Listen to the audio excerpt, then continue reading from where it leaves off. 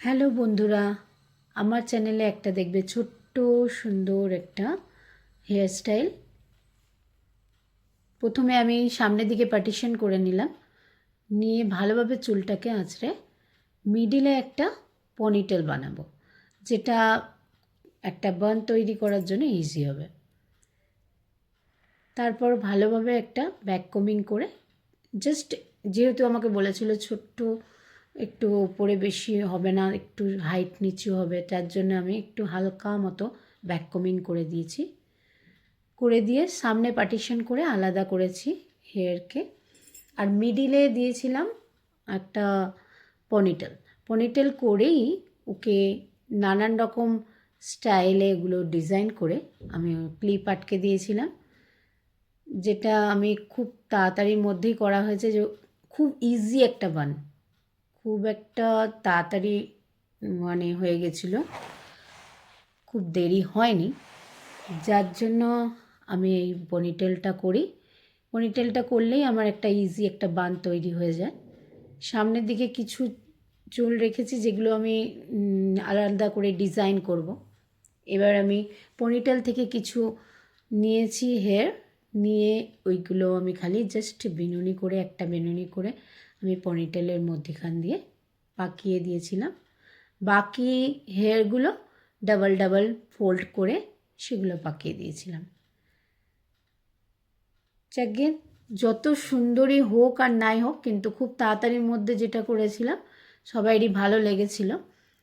কিন্তু এটা আমি অতি সাধারণভাবে করেছিলাম, জাস্টে চুলকে আঁচড়ে করে দিয়েছিলাম। আর বেশি কিছু আমি হেয়ার স্প্রে ইউজ করিনি, হালকা লাইট হেয়ার স্প্রে বানিয়েছিলাম, সেটা আমি ইউজ করেছিলাম।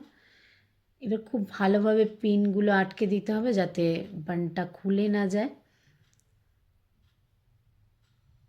তারপর এগুলো আমি খালি দুটো ভাগ করে পাকিয়ে নিয়েছিলাম, পাকিয়ে নিয়ে জাস্ট ওইগুলো ক্লিপ লাগিয়ে আটকে দিয়েছিলাম। এরম করে যতগুলো হয়, যেরম হেয়ার আছে এরকম অনুযায়ী নিয়ে পাকিয়ে দিতে হবে। জাস্ট একটা টাইট বান করার চেষ্টা করেছি।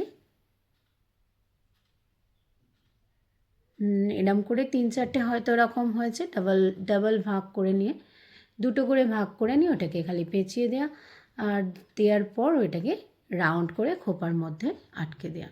ইজি, সবথেকে ইজি, আর খুব তাড়াতাড়ির মধ্যে এই বানটা তৈরি হয়ে যায়।